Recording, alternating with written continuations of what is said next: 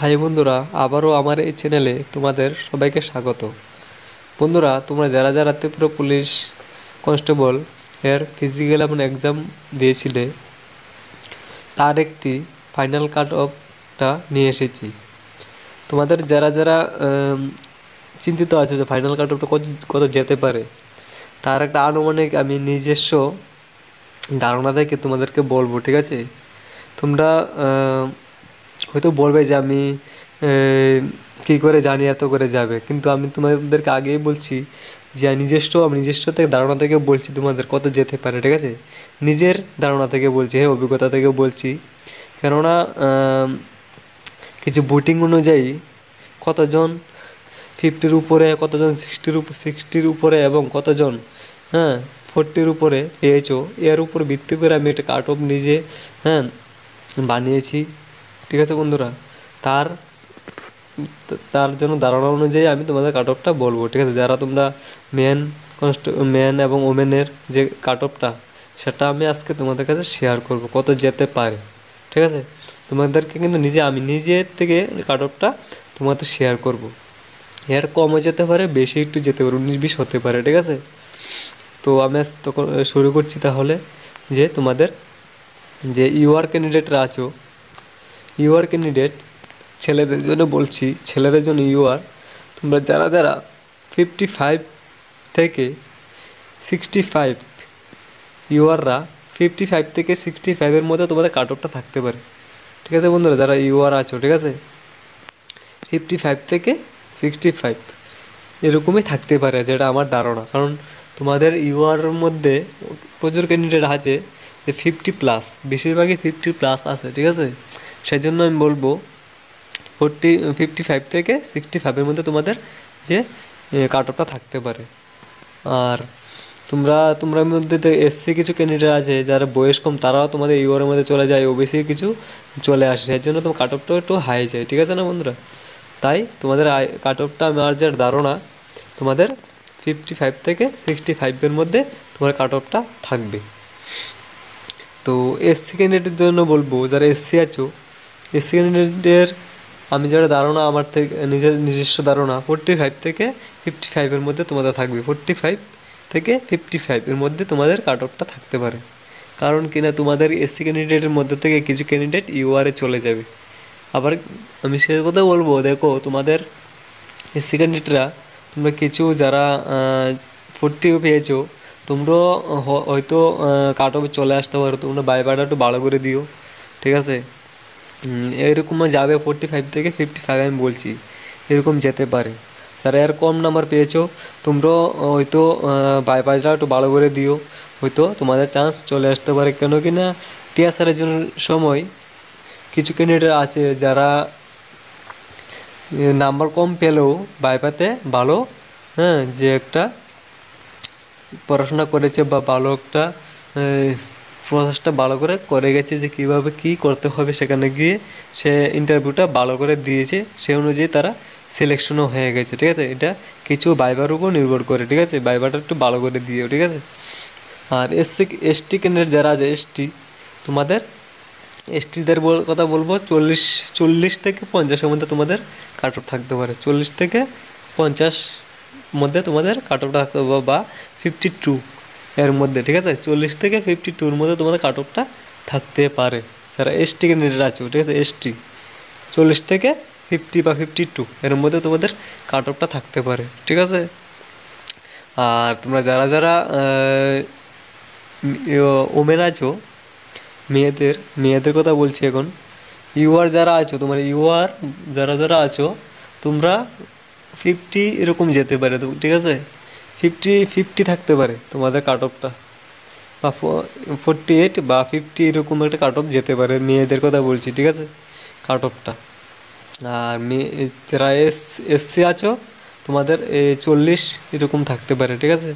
40 থেকে 50-এর মধ্যে থাকবে, এরকমই থাকবে, বা 45-এর মধ্যে তোমাদের যে কাট অফটা থাকবে। সেকেন্ডের যারা মেয়েরা আছে 40+ থাকবে, ঠিক আছে? থাকতে পারে এমন একটা ধারণা, আমার নিজস্ব ধারণা থেকে আমি বলছি, ঠিক আছে?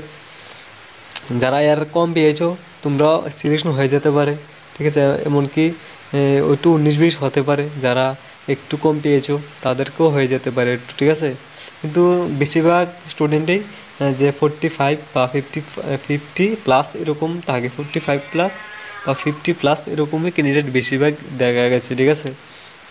কিন্তু এর নিচেও 50 নিচেও অনেক স্টুডেন্ট আছে, প্রচুর ক্যান্ডিডেট আছে যা 50 নিচে তোমাদের নাম্বার পেয়েছে, প্রচুর ক্যান্ডিডেট আছে, অনেক ক্যান্ডিডেট আছে 50 নিচেও নাম্বার পেয়েছে, ঠিক আছে।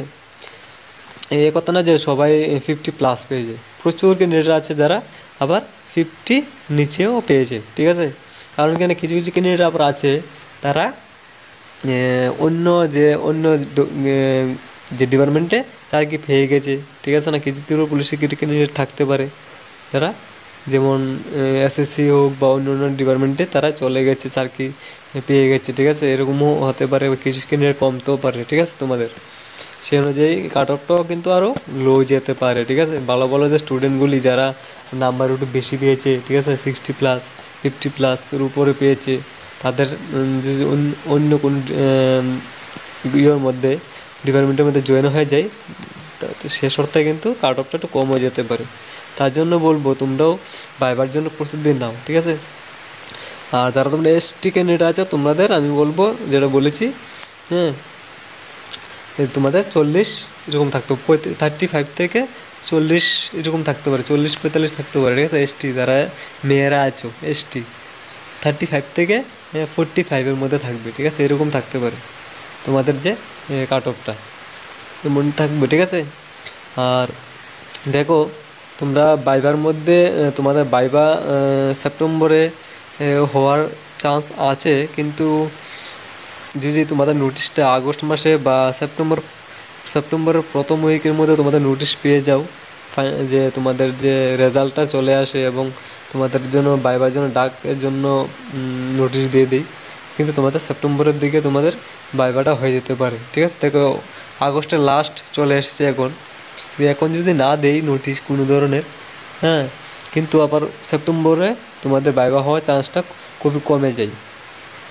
তোমাদের যদি সেপ্টেম্বরে না হয় তোমাদের নভেম্বরে ভাইবাটা হবে, আমার যেটা মনে হচ্ছে আর কি, ঠিক আছে।